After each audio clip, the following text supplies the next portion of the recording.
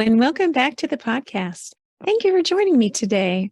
I'm George Steering, and I provide marketing strategy and coaching for good food brands. I have to say that I absolutely love what I do. I love working with emerging brands and helping them realize their full potential. And I love the collaborative nature of coaching because inevitably there's the aha moment. That point in every engagement when the brand or the brand team settles on a clear vision for their marketing, they find a solution that is suddenly so obvious, there clearly can't be any other way to go to market. Now, we don't get there because I'm the smartest person in the room.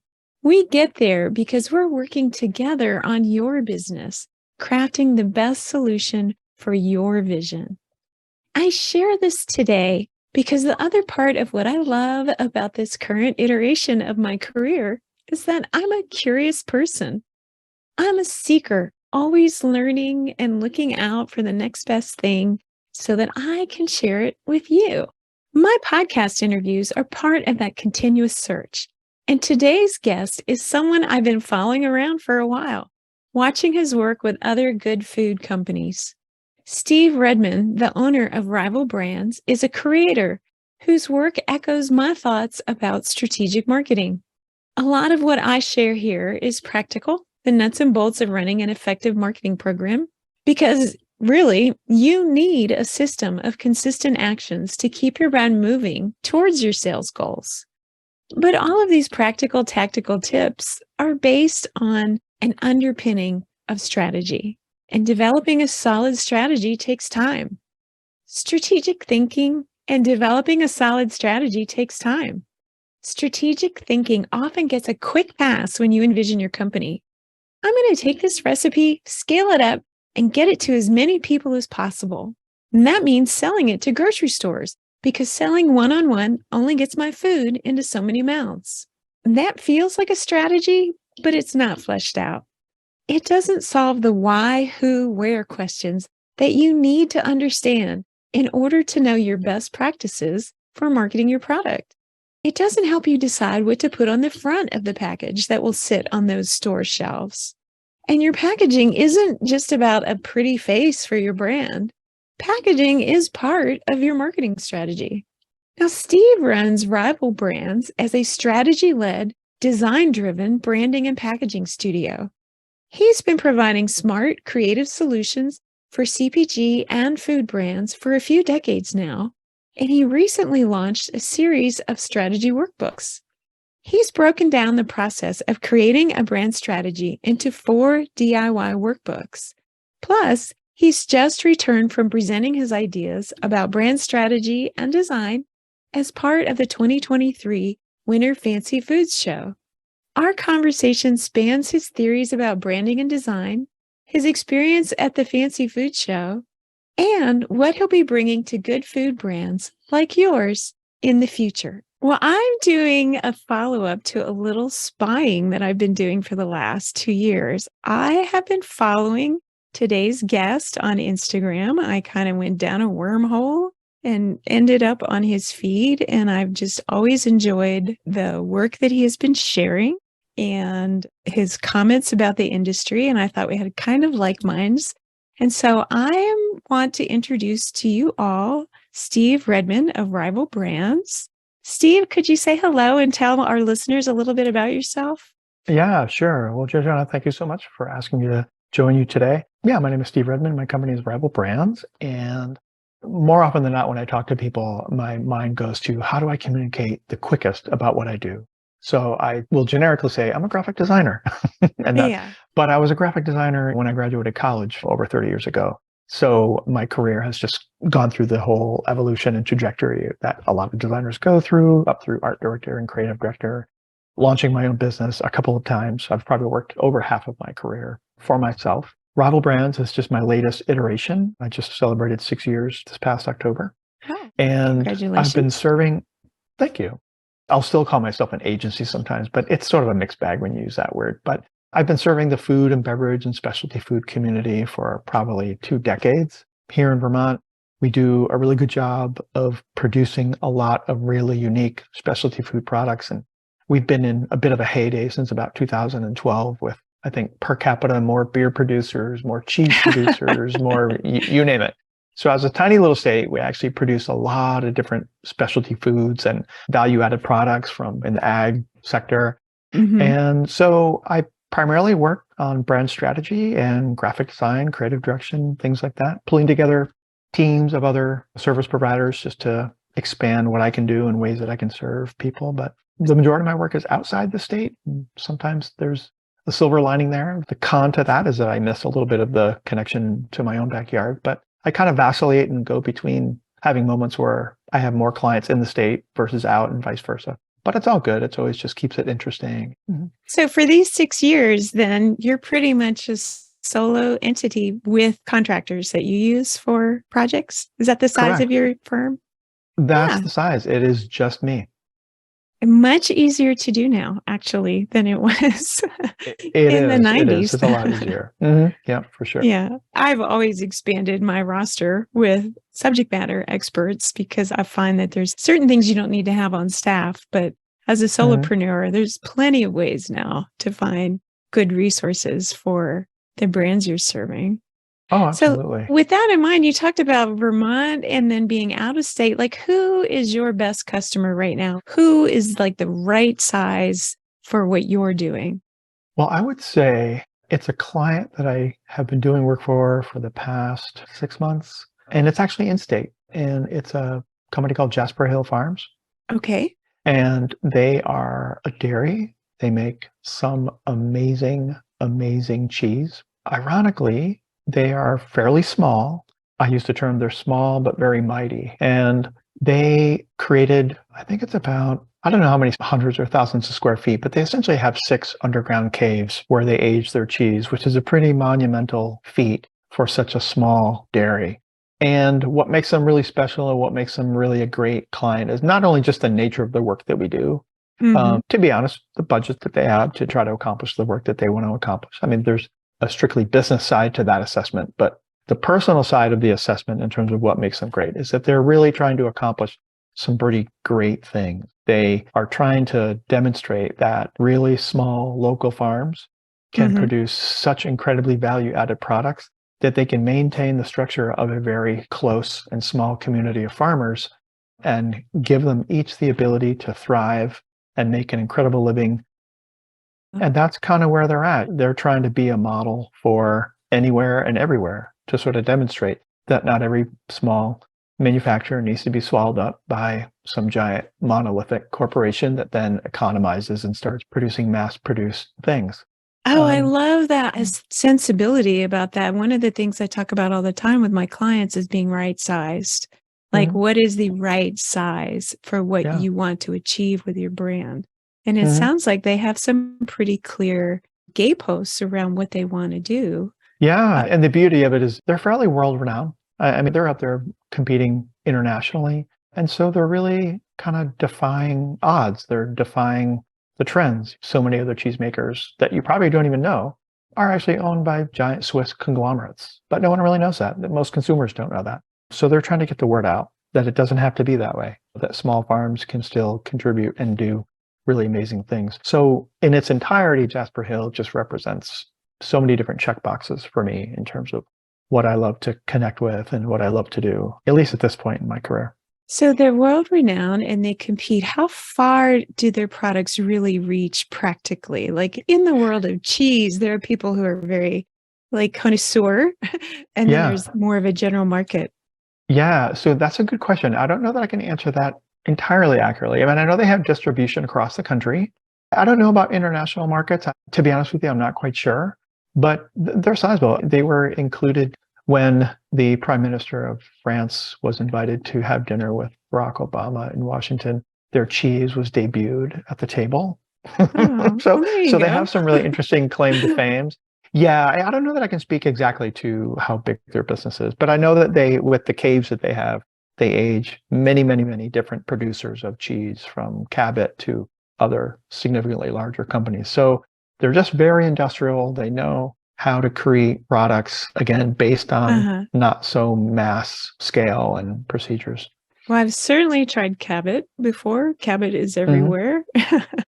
And so, yeah, though you answered my question. So they are local and responsible food brand, but they have national distribution. And I guess that is one of the things that I think about with craft food and local food, that if we bring it back to regional terroir, if you would, I'm going to say Mhm. that wrong, but the Yeah. regional flavors of what you're going to get out of the particular agricultural growing conditions, that there's your uniqueness, and you don't Mhm. have to limit your reach to just your immediate neighbors if you're thoughtful about how you expand. Sure. No, that sounds okay. That's great. And we're talking to the same people, I think. So Mhm. when you engage with a brand, like what can they expect from you in particular? You Mhm. started out by saying you're a graphic designer, but I know that your solutions are more than just visual. Yeah. So probably one of the things that I started when I began Rival is I knew that I didn't want to just solely focus on design. And I love that part of the process. But I also have always known that both kind of halves of my brain operate pretty strongly, and that I am fairly analytical. I'm not an engineer by any stretch, but I call myself an engineer slash artist, in that I love connecting dots. I like gathering data. I love kind of connecting it. And then I like the conversion of all that data and ones and zeros and things like that, consumer data and market data. And then I love the process of assimilating all of that into the visual and verbal expressions. So anybody that I work with right now, I don't generally take on strictly design projects unless it's just an amazing opportunity. Mhm. Most of my projects, there's a great analogy. There's an author named David C. Baker, Oh, and David Baker. I've worked with him. Go ahead. yeah, he has this, I believe it was in his book, he had a great analogy that if you take your metaphor or studio and it's got doors, and you can either let people in the design door and then try to get them to walk through the strategy door, or you can have a strategy door and a design door and try to convince them to go through the strategy one. Or you only have one door, and that's the strategy door. And the only way that they get through the design door is if they come in through the strategy door first. So when I Yes. read that, I just felt like that is exactly how I need to be working, because it's just, not only is it just really what I want to do more and more of, to the point where there are certain clients that I'm only delivering strategy. I'm actually not doing design at all, which is fine. So it's always going to be very strategy driven. And again, I have people that I work with, like marketing researchers and consumer researchers, that help me fill out the gaps that I don't necessarily have the strengths in. But we put together some pretty significant dossiers for clients that I put together. One, I call it a brand Bible. They can go Mhm. by a lot of different things, not just here's your logo and here's the colors and fonts and things like that. It was really more the Bible about, this is what your brand is about, and this is its positioning, and so on. One of the very first ones that I did when I started Rival wound up being about 60 pages. And Yeah. it was intense. It was really cutting my teeth, but it was so thorough, and it really acted like a true owner's manual. And part of the rationale for going so deep and exploring such minutia of detail about the expression and the meaning behind the brand was they really wanted to grow fast enough that when they hired a VP of marketing, they wanted to be able to slide this across the table and say, this is who we are. And so Right. these are the things that you need to know about us. This is how you talk about us. This is how you talk about what we do. And this is how we speak about the emotions that we elicit when we do it right. It was everything. Wow. And I always go back to that, and I'll even just reread it because I was so enamored with the final product, and I just said, yes, this is exactly what I love doing. It's just, like I said, Yeah. the artist engineer, the figuring it out and then expressing it. I That's have just to the ask tandem. you, That's it. Yeah. how big was that company when you wrote the brand Bible? Like in revenue? Roughly. Yeah. Yeah, yeah. Generally. Let's see. I want to say they were at, I think, 1.5 to 2 million. Uh-huh. And their goal, as quickly as possible, was to get up to 10 to maybe 15. What they were also doing is they were also going through a structural change. So they were selling a series of products and had realized that there was one product in particular of everything that they sold that was really just flying off the shelf. Like they couldn't do enough of it. And so they said, we want to just do this one. Okay. But how do we pivot? Like our name doesn't make sense anymore. Our positioning doesn't make sense anymore. We're not even Ah. sure of the model. Like if we want to pivot, that means that we're up against a whole new other group of competitors. So how do we assess that market and position us? Tell us who we need to be in this new market to be successful To and to really support this one define this thing idea. that, yeah. To Yeah. define this one thing, like what's the way that we can do it that no one else, because they knew they were onto something, But like so many owners, they're so boots on the ground, they're so in the daily Mm. that for them to step back and then take this broad global picture of everything, that's the paradigm that I face with more than anything else. Oh, that People are just is. looking down the hood of their cars, metaphorically, and the ability to step back and then just figure out where should we even go.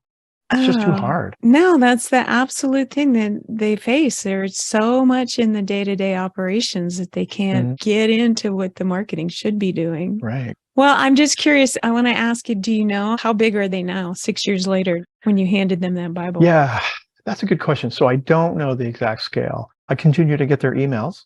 So So they're I've been a still there. customer of theirs since that time. I know that they've hired a VP of product development to kind of help continue to expand their product line. I know they have probably 6 or 7 more people in sales, different regional sales Oh, so they managers and things grew. like that. Yeah, so I definitely think that they've grown. And there's always a point in time where I'll kind of circle back around and say, so how is everything going? And I did that maybe within 6 months to a year after working for them, but after a bit more time, just to circle back and say, we made some pretty detailed assumptions at that point. How are things floating? Is everything still doing what we thought it was going to do? And is the Yeah. traction there that we Yeah. thought would be there? Yeah. I'm laughing a little bit because your company name is Rival Brands. And I'm like, you and I have worked in the same space and ways. And I was like, I Mhm. don't feel very rivalrous at all. Well, there's some, I won't go into a lot of detail, but I always loved the name Sterling Brands.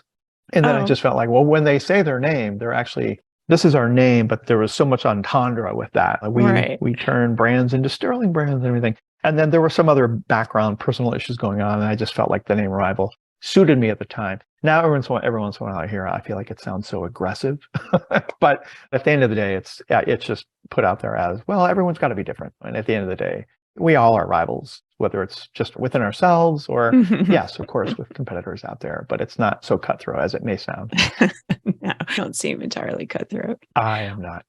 Well, the reason that I asked you on was because of your topic when you spoke at the Winter Fancy Food Show.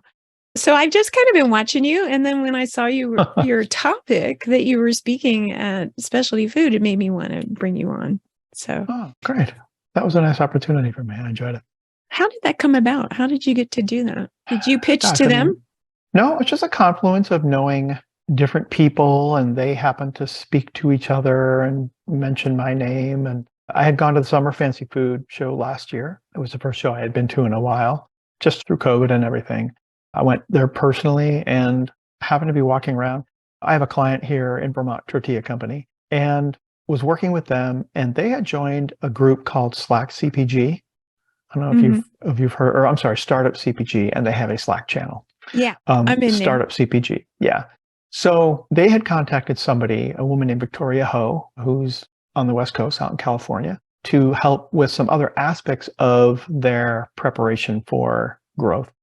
And so she and I happened to get an opportunity to work together in working with Vermont Tortilla Company. And I really, really enjoyed her input. She aligns similar to the types of services that I provide, but a little bit more on the sort of acquiring ingredients and how to sort of manufacture in the right way and packaging processes and things like that. So some overlap, but certainly a lot of complementary skill sets. And I just really enjoyed working with her. And we just kept in touch without really any indication of when we could ever work together again, but with an eye on the possibility.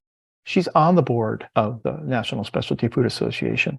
And I think had mentioned my name to them. I happened to go to, and I was unaware of this, but I had gone to one of the sessions at the Summer Fancy Food Show. And I guess when they saw that I had gone to that, a few days after I got home, I just got a call and said, hey, we saw that you signed up for one of our sessions, and we know that you know Victoria Ho. And as things happen so many times in business, whether it's referrals and things like that, people kind of call you seemingly out of the blue. But there was a path that Yeah. had connected me to them. And they just said, we would love to talk to you about the idea of presenting. Would you be interested? And it was a bit of a bucket list thing. I mean, I do a lot of speaking engagements, but I guess I've been serving this crew, this population of people, food producers and founders for a long time now. So I was pretty excited about the opportunity just to go back and head out to Vegas for the show, which I had planned on doing anyways, but now is even doubly exciting. So let's talk about the topic that you spoke about at the Fancy Foods Show. Sure. Could you name the title again and tell me sort of the premise behind that? Yeah. It was Your Revolution Needs to Be Synchronized. Okay. Yeah. Is that what you remember?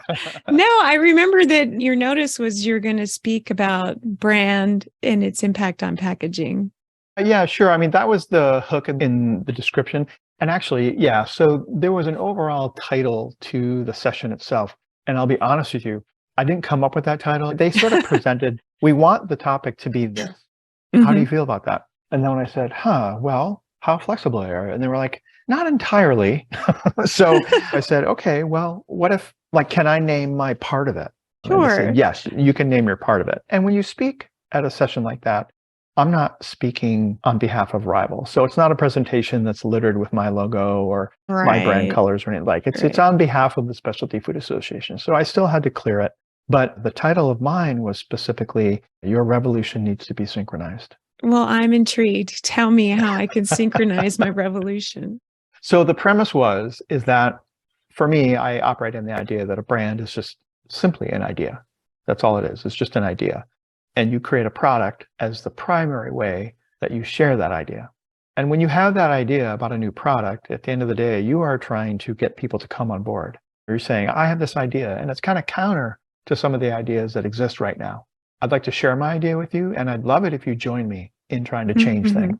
So to me, I feel like I tend to choose words that hit above their weight. I said to the people in the group, I'm like, you are all leading a revolution. You may not think of it that way, but why not think of it that way? You're all doing something really special, especially when you think as a group, you're all changing the way we eat. You're all changing the way people make a living. And there's a lot of things that you're trying to change collectively within the food industry. So when I talk about the revolution needs to be synchronized, part of it was, as the leader of your revolution, all the ideas that support your brand, they all have to work together. And many times that's the thing that isn't happening.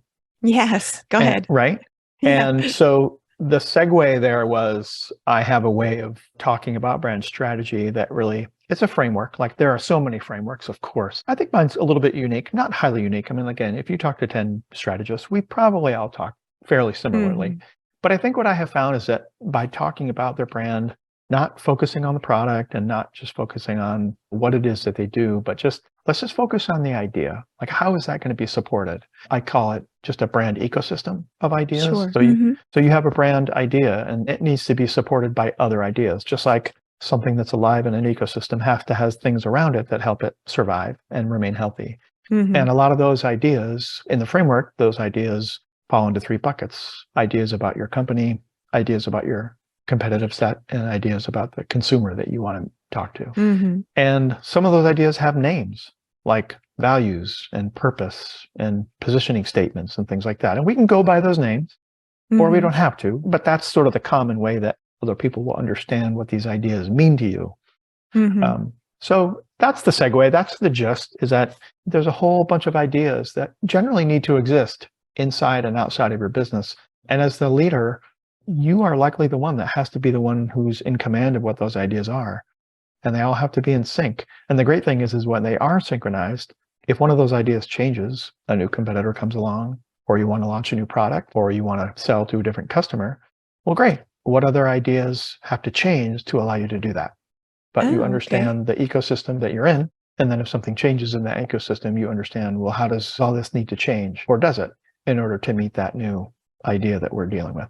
Oh, that's it's a good organizing principle, because I deal a lot with business owners, entrepreneurs, have a lot of ideas all the time, a lot of start, and sometimes it actually isn't a good one for your primary purpose. Right. Yeah. That was good. Your revolution should be synchronized. I appreciate that. I think you probably got a few deer in the headlight moments, but I was okay with that. Well, I know that you started by describing yourself as a graphic designer, and then you talk about strategy. So where does that intersection of brand strategy and the visual connect? Could you tell me how strategy is expressed in package design? I so often see people in some of the peer groups I'm in put a label up and go, I just got this proof. Do you like it? Yeah, right. And I was like, well, that's really not how to evaluate package design. Yeah. So let's see. I think your question is, how does brand strategy affect something like packaging? Yes. Yeah. So that was sort of the full scope of what we talked about, the specialty food. But really, having a strategy in place means that a lot of the decisions that go into packaging are no longer subjective. They're based on specific things that you're trying to communicate. Yes. And I had gone through a few case studies of clients that I had done work for, or just other brands that I was familiar enough with that I could say, if we sort of assume that their brand strategy is kind of focused on this right here, we can start to identify why their packaging looks the way that it does. And so I looked at a company like, I held out the example of Tofurkey. And I don't know if it's their most recent packaging, but they had some packaging that certainly had their brand on it. And it said what the product was, which was plant-based hamburgers. But the primary display panel was probably 90% messaging about how they're trying to save the planet, just generically speaking. And so from a brand strategy, I said, so part of their why, which they clearly know because of a brand strategy, because that's what the role they're trying to play, they decided that it was so important that they wanted to make it the primary message, almost at the cost of everything else that typically is on a primary display panel. And that was a strategic decision. It probably wasn't something that just decided willy-nilly and said, yeah, let's just do that and see what happens. It was probably a very specific choice to really put something out in front of themselves that was going to blow a hole at retail, that was going to communicate something incredibly potent and deliberate. So when you have a brand strategy, you can take those measured risks, or just if you're looking to just create more kind of, I'll call it like standard packaging, or take a more standard approach to packaging, it just allows you to understand, well, if the consumer is going to be a little confused about our product, it's probably pretty good that we need to have a picture on it. And if they aren't readily going to understand what our product is because it's from some other country, then maybe we need to be really, really clear about what country it comes from. So that has to be fairly prominent on our package. Right. And if we have ingredients that people aren't going to be familiar with, or they're not going to understand how to prepare or something, you just ask those questions about who it is that we're trying to sell this to, what do they already know, what don't they know? How do we make sure that we stand out against all the other packages that will be in our proximity at retail? And you make the decisions based on what the strategy is telling you needs to be done to convey your brand most successfully in that moment. I've had some clients that without a strategy, everything seems important. And I'm sure we've been down there, and there's sort of a joke video that's been on YouTube for a long time. What if Microsoft designed Apple's packaging? Right. Yeah. But you've probably been down the road where you have a fairly decent piece of packaging happening, and then all of a sudden, what else is important? And the client says, we need to also say this. Where can that go? It's like, oh, well, we can squeeze it here. It's too small, though. It's pretty important. We should make it bigger. Yeah. Make it bigger. And then they say, but you know what? Now this doesn't show up so much. And that's important too. Can we make that bigger? So you can chase your tail, where a strategy sets the standard and it sets the priorities and it sets the messages and it gives you the script. There's still a lot of ways it can manifest graphically, but at least it allows you to come up with solutions that all meet the same criteria. Well, definitely leading with strategy in your business kind of helps avoid those order taking assignments. Correct. For sure. They crop up all the time, though. I always try and say, is that an ask or a tell? Do I have to do it that way? Or are you asking me to solve a problem? Right. No, absolutely. For sure. Two different things. So when you take on a new client, can you describe any of the things that you do that get you to the heart of a brand strategy? Like, what is the give and take with you and a client as you work through this? Yeah. So is like if I'm going to be doing a brand identity or something like that, or yeah. So I do have the framework that I have, but I don't generally, we usually have what I call what's business for you meeting. And so that's where I really just sort of sit down and say, let's just kind of talk what has happened, what you'd like to see happen. How are things going now? A whole laundry list of just conversation points. You could call it an interview, but it can be anywhere from an hour to a couple of hours of just getting down and just asking them a lot. So I really understand where they are and the place that they exist in and what they're trying to accomplish. Because I think even at this point, I think I have enough acumen in terms of how these businesses should be going, how they should be growing, what are the telltale signs that things are going right or things are going wrong, that I can kind of identify maybe some other things that need to happen that they're not aware of. But we usually just have that big kickoff meeting. And then through that, I can also just understand generally like the type of person that they are or what the vibe is of the group. And I understand, is this a group that really is going to appreciate sticking very strictly to this framework and the workshops that deal with the framework? Are they going to love checking off boxes and saying, good, we got that done? And are they going to appreciate all the names and titles to all the different things that we're doing? Or are they going to be looser about it? Are they going to be, a little bit more shoot from the hip? Am I going to have to sort of harness their energy a little bit more? So that it gives me an idea of what's going to be best and how to work with them. And then I'll usually just I'm constantly putting together mini proposals during the process, just saying, okay, this is how I see the next few phases happening. Because I might put together a very broad proposal that just covers the broad brushstroke events and timeframes and scopes of work and things like that. But once we get involved, in order for them to really feel like I'm on top of it, that I have a clear plan, that I'm listening, I put together what I just call mini proposals, just to say, this is how I'm going to project, or this is how I'm going to suggest that we move forward. And the timing, can you all buy into it? Does it work? Does it fit? So it's just that constant process of gaining more traction and doing more work, and then putting together a little mini proposal to explain how the next phase is going to go. And I do that also partially because at the very onset, it's kind of difficult to always know the exact minutia of progress that you're going to make, 3 months down the line. So I sort of limit the amount of detail of the work that's going to be happening further down the road to when we get right at the precipice of it. And then I start to outline it in more detail. But I think the reason why I remain as an individual, pulling together a team when I need to, is because I do really like the one-on-one interaction. I do really enjoy the intimacy of working directly with these people. And I'll be honest with you, in David C. Baker's book, and I found this to be riveting. Of all the books that I've read, and I read a lot, it was called The Business of Expertise. Yes, I have that.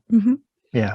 Just that idea, that feeling that you have when people really are interested in what you have to say and what it feels to be in. I don't want to say it's about ego. Like, it's not about me being in a leadership position. It's really, I look at it more as like mentorship, because what I'm ultimately trying to do is take everything that I'm taking them through and have them become the teachers of it. Yes. Learn about it. I can give you the answers and tell you all these things and just put it down in black and white and hand you this book, but it's a catch a fish kind of scenario. Sure. I'd rather just take you through this and make you an intimate part of the process and really have you hear all the things that I'm thinking, to the point where we really are just orchestrating this conversation, this back and forth that's just so fluid. Because ultimately, the more you talk, the more you decide, the more it gets ingrained in them. Well, they have ownership because they've contributed. Like, you put something forward and they reflect and give back. That is a good fit. That is not a good fit. Oh, you raised a point. We're going to go this direction and not that. And so then they own the result of the thing you're creating with them. You're doing it for them, but with them.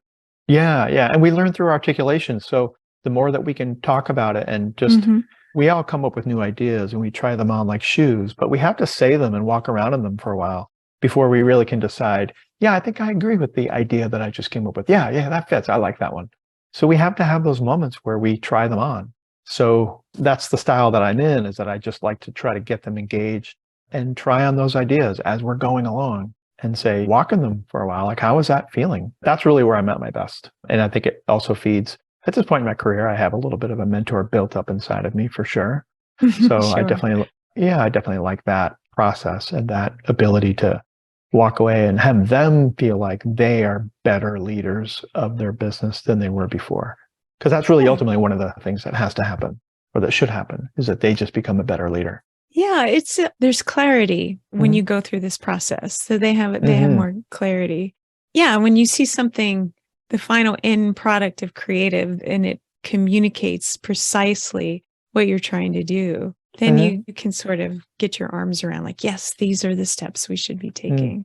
And then there's just one other thing that I'll sneak in, because I know we've been talking about this for a while, but the other part of that I love is there's a little bit of a cheerleader in there in that process as well. Oh, yeah. Because oftentimes the ideas that you're bringing to the table are maybe things that they wouldn't have dared to think on their own, or that they wouldn't have really felt comfortable. Sometimes people don't want to enter a different phase of their business because they feel like, oh, that would be like bragging. It's just like, but you do this exceptionally well. Like, you need to see that. You need to see this. You do this exceptionally well. You've got to just lean on that hard and don't feel bad about it. You're amazing at it. Like, you say you know it, but you're not willing to lead with it. You're not willing to embrace it. And I'm saying, if you don't, who would? So do it. Yeah, because your consumer's not going to infer. Like, they're not going to infer that point Hmm. You don't have time for it. Yeah, yeah. You've got to beat your drum the loudest. Yeah. So it might sound deafening to you, but it'll carry. Well, I just feel like we've been geeking out a little bit about strategy and client relationships. I've enjoyed it so much. That can happen. Yeah. But what is next for you, Rival Brands? What is your next Yeah. step? So let's see. So I'm always just trying to evolve and hone in on the right client balance, the number and the scale and things like that. Hmm. If I could repeat the Jasper Hills out there, that would be fantastic. One of the latest things that I've done that I've been working on for 2 years, which is ridiculously a long time, because I shared it like 2 years ago and I got into a little bit of analysis paralysis and driving for perfection. But I just launched 4 brand strategy workbooks. Oh, So okay. a 4 volume series. And it's not meant to teach other designers how to become brand strategists. It's actually geared towards somebody that might be in a marketing department or a producer, a business owner that wants Uh-huh. to attempt working on their own brand strategy, or somebody in marketing that wants to lead sort of developing a brand strategy for her company. It's a 4 part series that takes them through how to build out the ideas. Again, it's still based on that ecosystem idea, how to build out all of our Hmm. internal ideas and our internal culture and values. How do we build those things out? And then it takes them through, this is how you go about doing a fairly productive competitive audit. Here are the different types of forms that you can use, and this is where you can go for information and things like that. And then for the customer, it's similar. This is how you identify your different customers and the Hmm. demographics and psychographics and how you analyze them and how you start to create positionings for them and value propositions. So they're somewhat fill in the blank, but I purchased so many different brand strategy books, like just to see what was out there, like my own research. So they're fill in the blank, but in total, they're a little over 100 pages total. So there's a lot of context and there's a Uh-huh. lot of, before you dive into this exercise, do this one first and Oh, then do wow. this one. And then, so I think they're the more, and I've used them for a few years. We have a cohort here in Vermont called Launch VT Hmm. that looks to bring to market and to draw investors to Vermont startups. Hmm. And for the past 2 years in their development, they were the brand strategy curriculum for that cohort. Hmm. So they've been kind of tested by rounds of different cohorts. And that's where as soon as they asked me if I wanted to do it, I was like, of course. So I could let them use it and get feedback and refine and upgrade and make better. But I just launched them on my website and I'm pretty proud of them. Yeah. Oh, well, you I, should be. I, I That's think a body of work. 4 work is a lot. it took a lot of time, Mhm. but it was all good. Like I said, it was a little bit of striving for perfection. And somebody said, just launch them already. I'm like, okay, I'll do it. Yeah, I was guilty of the things that I've talked to other people about not doing. But when do So, we take our own advice? so tell me, where can people find these workbooks? What's the website? So they're at therivalbrands.com The and rival brands. If they have yeah, the the Rival in front of Brands. it. Uh-huh. Because I won't get into this, but some guy owns Rival Brands and he won't sell it to me. Oh, I've been in that. I've um, been in that seat before, but go ahead. yeah. So they'll be purchasable probably in a few weeks. We're just working out the bugs of the storefront for them, but they're there and you can at least sign up. I have a sample exercise and sort of a little mini deep dive into the content of all the books that people can download just to explore and see if it's right for them. I generally tell people that they are not easy. That's the feedback that I've gotten, is that they're not easy. And I've tried to make them easier. Like I've taken that feedback on, like, okay, well, I don't want people to feel stumped. It's okay if they're hard to do because I think a lot of this soul searching can be difficult, but I Yes. don't want them to technically be difficult, like I can't figure them out or something like that. So, I mean, brand strategy, sometimes it's asking questions that are just really, really hard to answer on your own. So I would just say, you're not going to get them done in a weekend. You're Yeah. not going to just sit down at the dinner table and just whip them out. I think they're hard, but I think what I was hoping to set people up for is put in the effort. And we all know that process can be pretty cathartic if you can really sit down and do it and Hmm. think just long and hard about some of these questions about what you're trying to do with your brand. So yeah, so they can get an idea of, is this really right for me? Do I really want this? And then they can come back in a few weeks and buy them. Well, Steve, I feel like I've eaten up a big chunk of your afternoon, and I want to say thank you for No, no, spending no. all The this thanks time with is all me. to Like, you. it really, I feel like I invited you on and then started fangirling a little bit about your work because everything you've described, I agree with. So we're either both very, very smart or very Mm. isolated in our thinking. Well, I should have brought up something a little bit more controversial. That way it could have been a more meaty conversation, but maybe for another time. Yeah. Well, I wanted to say thank you for joining me. I really enjoyed it. And we have your website is therivalbrands.com. And I Mhm. follow you on Instagram. What's your Instagram handle again? Yeah, it's just at Rival Brands. At Rival Brands. Well, thank you. Thanks so Yeah, yeah. much. Thank you so much. Yeah, I really appreciate it. Who doesn't like to talk a little bit about themselves every once in a while? But no, this has been a lot of fun. And I first became aware of you specifically because Virginia and my sister lives in Virginia. So all of a sudden it's like, oh my gosh, the next time I go down there, I could see if we could meet. Oh, well, maybe we should try that Hmm. sometime. And to all my listeners, I'll let you go too. Thank you so much for joining me. And if you like this episode, please hit that like or share button, pass this along. It's the easiest and cheapest thing you can do to support a small business is to spread the word. And that's a wrap, foodie friends.